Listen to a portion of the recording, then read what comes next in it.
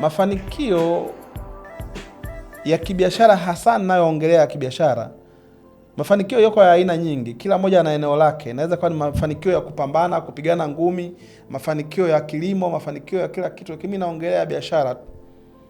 Kwa hiyo nitaongelea mafanikio ya kibiashara kwa kupitia observation, kwa kupitia kuangalia na kujifunza na kuconsult watu wengine na kukaa na wafanyabiashara wengi ambao wamefanya vizuri. Nimekuja kujifunza kwamba waliofanikiwa sio kwamba wana akili nyingi. Maana usije kumuona mtu amefanikiwa ukasema bwana ana akili nyingi sana ndio maana amefanikiwa. Au waliofanikiwa sio kwamba wana IQ kubwa, yaani uwezo wa kung'amua mambo zaidi kuliko wewe. Pengine hata wewe unayesikiliza una akili nyingi kuliko hata waliofanikiwa, kwa maana ya IQ, kwa maana ya brain, uwezo wa kupata A darasani. Yawezekana wewe ukiingia nayo darasani kwenye mtihani unapata A, yeye anapata C. Aliyefeli ndio anaweza akafanikiwa, lakini sio kwamba aliyefanikiwa yeye hawezi kufanya vizuri, hapana. Lakini kuna trait, kuna tabia ambazo nimeiona iko common kwa watu wote waliofanikiwa, ndio kinasababisha nijiulize ni kwa nini. Sasa tabia hiyo mimi nimeiona ni kuwa na uwezo wa kuamini, tuseme belief system, mfumo wa imani alionao mtu na consistency, namna ambavyo ameshikilia ule mfumo bila kukata tamaa. Ndio kigezo ambacho mimi nimesema nikione kwamba nikilete kwenu kwamba hii ndio imekuwa sababu ya watu wengi nao wanaofanya vizuri wamefanikiwa. Kwa sababu gani? Ni kwa sababu ya mfumo wao wa imani. Yaani kile wanachokiamini haumtoi. Sio kwamba ana akili nyingi, sio kwamba anafanya vitu vingi kuliko wewe, sio kwamba baba anafanya, lakini kile anachokiamini haumtoi. Na kwa maana hiyo, kwa sababu ya consistency, imewapa uwezo wa kuweza kufikiri zaidi vitu ambavyo watu wengine hawawezi kufikiri. Kwenye mazingira haya tunayokaa, kwenye maisha haya tunayokaa, wao wanaweza kuwaza technically zaidi na kufikiri njia nzuri zaidi kuliko mtu mwingine kwa sababu ya imani, their belief system. Sio kwa sababu wana akili nyingi, wanafahamu sana hayo madude, hapana. Wengine hata hawajaenda hata shule, wengine wameisha darasa la 5, wengine darasa la 3, wengine la 2. Tena ndo madude ambao wanafanya vizuri sana, wala ambao hawajaenda katika kwenye vidato vingi vya elimu. Lakini ni kwa sababu ya namna ambavyo wanaamini. Tunaamini hata mabilionea wa dunia hao tunaowafahamu wengi ni dropouts, yani wameacha vyuo vikuu. Yani walikuwa wanasoma kabisa chuo kikuu, hakumaliza hata degree yake. Mwaka wa kwanza tu, mwaka wa pili au wangapi, akaamua ku drop out, akaacha chuo kikuu. Mnawafahamu kwa majina, sitaki kuwataja. Na mnafahamu matajiri wengine ambao mnaishi nao mtaani, hawakwenda kabisa shule hii ya mfumo wa kawaida. Shule wanayo, msifikiri hawana shule. Shule walionayo ndio hii nataka kuiongea hapa. Lakini hawajaenda hizi mifumo yetu ya kawaida, darasa la kwanza, la 7, sekondari, chuo kikuu. Hawajaenda. Na wengine wamedrop, lakini wanaofanya vizuri. Lakini pia wapo waliomaliza vyuo vikuu na wanafanya vizuri. Lakini ukiangalia wote wana sifa inayofanana. Imani yao, their belief system, mfumo wao wa wanachokiamini na namna ambavyo wamekishikilia consistently, hawakati tamaa, ni karibu zinafanana. Inategemeana na ugani amelenga. Anaweza akaamua kukaa kwenye kusupply vifungashio, akakaa hapo akafanikiwa. Anaweza akaamua kusupply jezi za timu za michezo ya Simba, Yanga au yoyote, akafanikiwa hapo. Lakini imani yake ukiipima ndio ambayo inakwenda mbali, ni kubwa zaidi ya imani ya mtu mwingine yoyote. Kwa hiyo nikaamini kwamba mafanikio yapo kwenye namna ninavyoamini na inanipelekea namna ninavyoona mambo. Mafanikio, narudia, yapo kwenye namna unavyoamini. Kadri namna unavyoamini ndo kuna siri ya mafanikio. Kwa hiyo kama kuna kitu unatakiwa ukifanyie kazi, hebu fanyia kazi namna unavyoamini mambo. Ukibadilisha tu hapo, haijalishi una akili nyingi kiasi gani, haijalishi umebarikiwa au umetoka kwenye familia tajiri kiasi gani, kama mfumo wako wa namna unavyoamini hauko sawa, hauwezi kufanikiwa. Kuna watu ambao wametoka kwenye familia maskini kabisa, pengine hata wazazi wao hawakuwa na mitaji, lakini leo hii ndo wanaoongoza taifa. Hata hao matajiri wa kwetu hapa Tanzania mnaowafahamu, mkiwa trace back, labda sio wote, lakini wengi utakuta wametoka mazingira ambayo hakukuwa na kitu. Sio kwa sababu wazazi wako hawakuwa na kitu basi na wewe utakufa maskini, hapana. Inategemeana sana na mfumo wako wa imani. Unaamini nini kuhusu jambo lolote lililoko mbele yako unalotaka kulifanya? What is your belief system? What do you believe about it? Unaamini nini? Yaani hiyo imani ndo ambayo inapelekea ufanikiwe au usifanikiwe, ufanye vizuri au usifanye vizuri, kutokana na kitu ambacho unakiamini. Sasa hii imani mimi kwangu nimeigawa kwenye mifumo ya wakati. Vitu ambavyo vinapelekea, vinaathiri pengine au vinaboresha sana sana namna yangu ya kuamini inatokana na namna ambavyo mimi ninaamini katika yaliyopita, namna ambavyo ninaishi kutokana na yaliyopita, namna ambavyo ninaishi kutokana na yanayofuata yajayo, kushape my present. Namna gani yanachangia kubadilisha mfumo wangu wa imani sasa hivi. Yale ambayo yamepita yawezekana yakawa ni magumu sana. Umepita kwenye kipindi kigumu sana, umepita kwenye mabaya sana, umepita kwenye kukwama, au pengine umetokea familia ambayo ni duni kabisa, hata wazazi wako wewe ukiwa unasoma, wewe ndio imebidi tena uwasapoti. Wewe mwanafunzi unatafuta namna unajilipia ada mwenyewe, alafu tena unawasaidia na wazazi. Ni mazingira pengine ambayo umetoka ya namna hiyo, lakini hayo ndio yanatakiwa ya shape your present, ya shape namna unavyoamini sasa kwa uwezo ambao umeweza kuupata huko nyuma. Kama umeweza kufanya hivyo ukiwa wewe mwanafunzi, inakuwaje sasa hivi unapokuwa unajitegemea sasa usifanye zaidi? Kwa hiyo inakutengenezea imani. Kwa hiyo mimi nachukulia kwamba matukio yote yaliyopita in the past, mazuri na mabaya, yote yaniletee vitu viwili tu hapa mbele leo hii, ili niweze kuwa na imani nzuri. Yaniletee maana nzuri ya kujifunza. Yani my past should only drive my meaning. Yani ilete maana juu ya jambo fulani, nielewe uhalisia kwamba kumbe nilipofanya vile nilikosea hapa. Nielewe, inipe maana ya mambo niliyotokea. Inawezekana ni katika nyanja yoyote, hiyo kwenye mahusiano yaliyopita inakuletea maana halisi ya mahusiano. Maana halisi ya biashara unaipata kwenye yaliyopita. Maana. Alafu ya pili ni lesson, mafundisho ambayo umejifunza kutokana na ile maana. Sasa umeshaelewa, umejifunza nini? Kwa hiyo mambo yote yaliyopita yanatakiwa yanifikishe hapa nipate maana na mafunzo ya mambo ambayo nataka nifanye, ya shape present yangu kwa vitu hivyo tu viwili. Yaniletee positive maana, yaniletee mafundisho sahihi. Kwa sababu nimepitia magumu sana, pengine hata ni ya mateso. Kuna watu wamepelekwa gerezani, kuna watu wamepitia magumu, na wengine tunaona wanapitia hadi leo. Lakini akitoka pale unaona ananyenyuka, anaenda anapambana, anafanya vitu vikubwa. Ni kwa sababu gani? Amechukulia yale yaliyopita kama lesson, kama masomo, na amechukulia yaliyopita kumpa maana halisi ya kufanya sasa. Sio kama amepita marahisi, ndugu zangu, lakini hayo uliyoyapitia yote yanatakiwa hapa mbele alete maana nzuri itakao kupatia mwongozo wa namna wa kuishi sasa hivi. Kwa hiyo mwongozo wangu wa maisha wa sasa unatokana tu na yale ambayo nimeshayafanya huko nyuma, niliyoyafanya vizuri na niliyoyafanya vibaya. Yote kwa pamoja yanaleta kuniletea mwongozo wa namna nitakayofanya vizuri zaidi sasa hivi. Sasa inasababishia niweze kujenga imani nzuri kwa ajili ya future. Kwa hiyo ninaanza kuiangalia yajayo kama chachu na kiu na kivutio cha kunifanya mimi niweze kufanya vizuri. So future inaanza kushape my present, nikiangalia future kama kivutio, kama chachu, kama kitu ambacho kinajaribu kushape present yangu, nikitaka kukifikia hicho ambacho na kinafuata. Kwa sababu kuna namna unavyoiangalia. Ukiangalia vibaya future inaanza kukutisha. Vipi kama ukikwama? Unaweka milioni 100 zako mahali pale. Vipi kama usipofanikiwa ikapotea? Unaanza kuogopa. Lakini ukiangalia hiyo future kwamba nimeshajifunza makosa huko nyuma, nimeshajifunza maana ya vitu, maana ya partnership zinavyoharibu watu, nimeshajifunza. Sasa hapa future nayoitaka hii ya milioni hizi nienende kwa namna hii.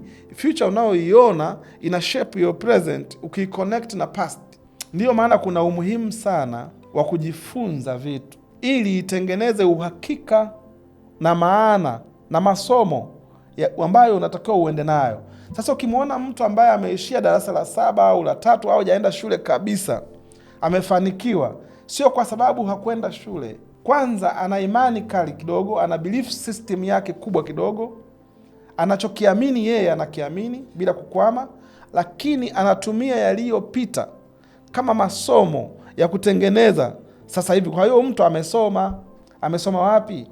Amesoma kwenye muda uliopita. Matukio yapo kila siku. Kama ni kuibiwa, ameibiwa sana. Kama ni kupoteza, amepoteza sana. Kama ni kufanikiwa, pia amefanikiwa huko njiani. Kama ni kukutana na mamlaka akazipita, ameshafanya vitu vyote. Kama ni kukutana na kodi na akazilipa na akaendelea, ameshafanya yote hayo. Yote hiyo ni shule, ndugu zangu, inayoleta maana hapa mbele sasa ya uhalisia. Kuna kwingine mtu ameshakosea. Kuna watu wameleta viwanda hapa kwa sababu hakuwa na framework sahihi ya ufanyaji kazi. Amefika hapa, kiwanda hakifanani na uhalisia, kimemshinda Qur'an, amefunga kabisa, amepoteza hela nyingi, lakini amejifunza. Akinyenyuka akianza kitu kingine, unaona anaendelea. Alafu nashangaa mtu amejifunza wapi? Mbona shule hajaenda? Yaani shule ya kupoteza kiwanda kizima na mahela yote yale, wewe unaona sio shule, ila ada wewe uliolipa chuo kikuu ya shilingi 200,000, 500,000 unaona ndo shule.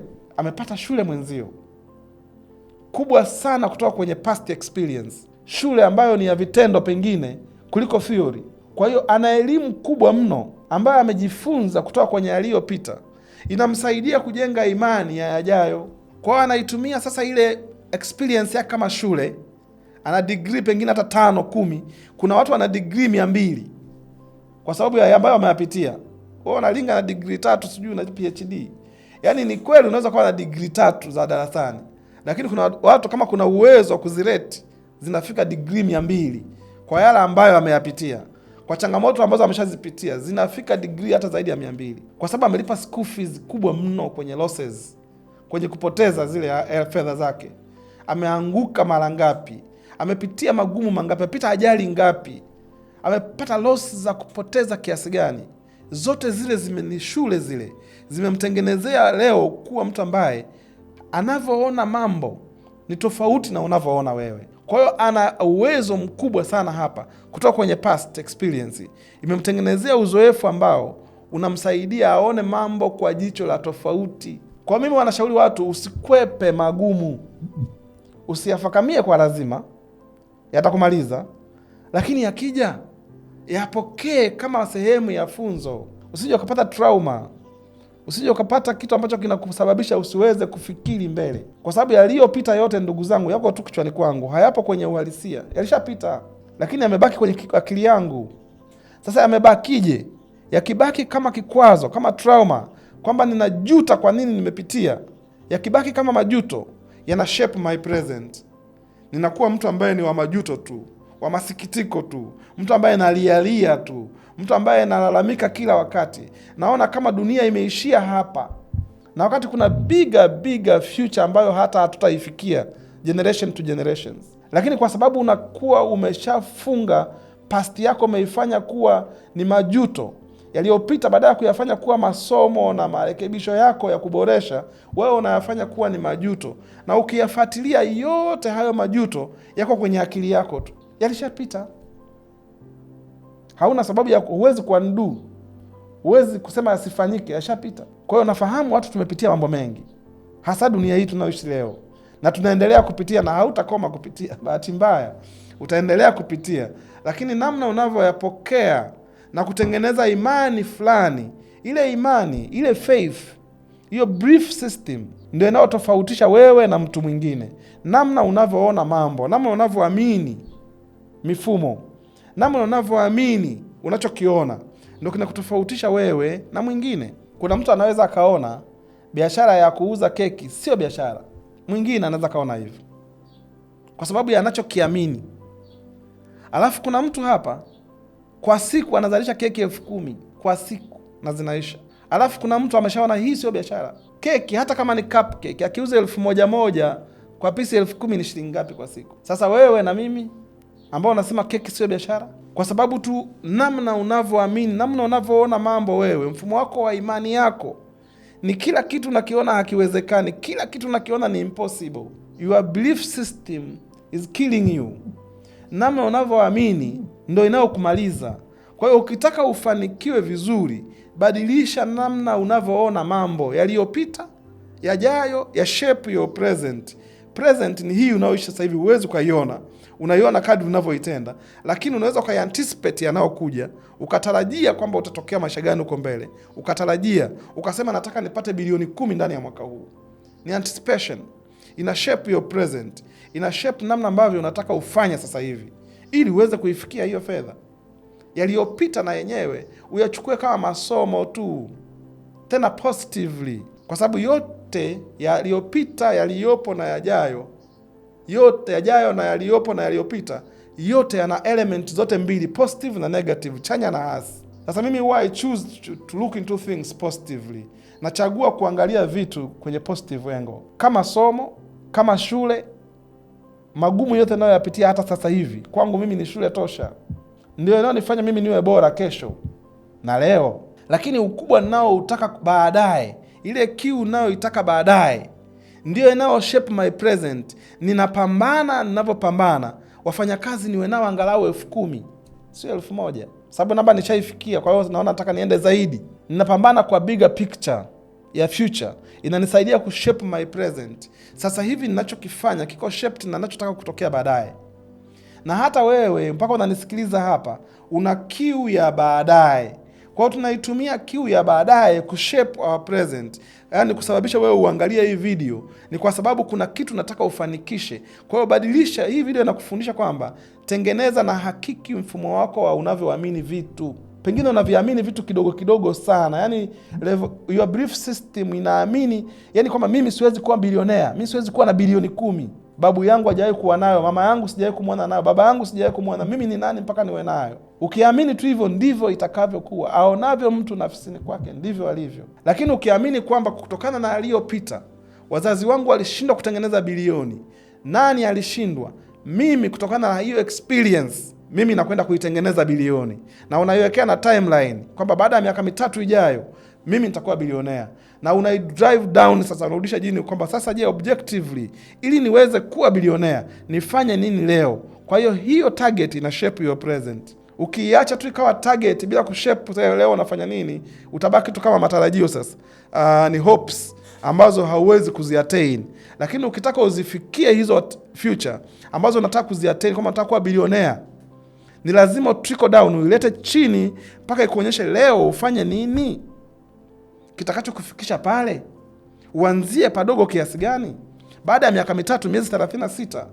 Kwa hiyo kwa mwezi natakiwa nipate shilingi ngapi ili kwa miaka 3 niweze kuikuwa bilionea? Unaleta hiyo namba, inakuonyesha, unaangalia ni kitu gani cha kufanya na nimfuate nani ambaye atanunua ili niweze kufikia hapo. Unaanza kutembea hiyo safari, na sio rahisi kama ninavyoongea.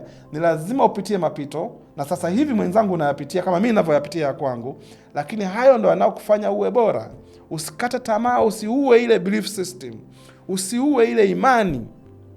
Ukiua tu ile imani, hata kazini uendi, hata unachokifanya na quit. Ukisema tu kwamba hiki ninachokifanya hakiwezi kunifanya kuwa bilionea, ninavyoona kabisa hapa kupiga picha huko hakiwezi kunifanya kuwa bilionea, unaweza kaiua hiyo imani. Ukiua tu hiyo imani, umeishia hapo hapo.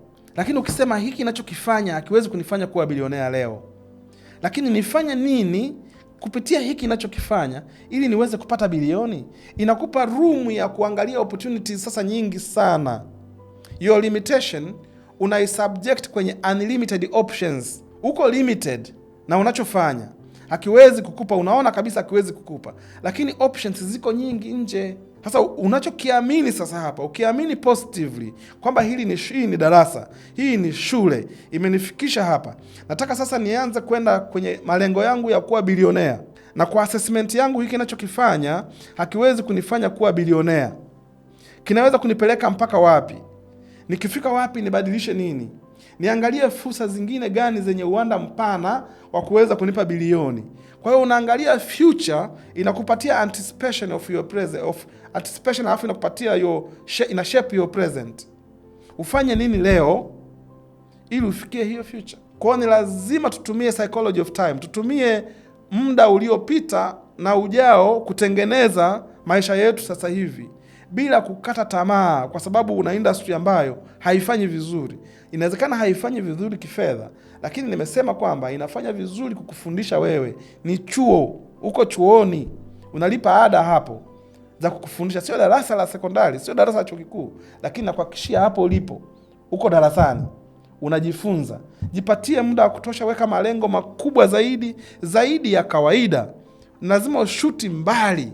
Wao wanasema kila siku, mnafahamu kwamba una aim kwenda kwenye mwezi ili ukikosa uishie angalau nyota. Huu ni msemo ambao kila mmoja anaofahamu. Sasa hiyo inategemea na unachokiamini. Kwa video nzima hii nimerekodi kushape kwamba tofauti yako wewe na mimi ni our belief system, namna ambavyo mimi ninaamini na wewe unachokiamini. Hiyo ndo tofauti pekee inayotofautisha. Hebu panua your belief system, panua unavyoamini. Tumia your past, tumia your present na future kuweza kutengeneza imani kubwa kabisa, na ikupatie namna ya kuanza kukanyaga kodi moja, kodi ya pili, ya tatu, ya nne. Baada ya miaka 3 tunakuwa tumefika kule tunakoenda. Najua umejifunza mengi. Karibu kwa kusikiliza video inayofuata, lakini kwa hii naomba usubscribe. Ukimaliza mtumie na mwenzio ili aweze kuongeza idadi ya watu. Mimi kwangu nakula followers. Malipo yangu kwenu ni nyie kuwa followers wangu. Ukisikiliza hii video kwa upendo, tafadhali sana naomba ufollow video yangu hapo chini kwenye ongeza subscribers kwenye YouTube na social media pia vile ili tuweze kukuza followership. Mimi nataka traffic kutoka kwenu. Asanteni kwa kunisikiliza. Karibuni tena wakati mwingine.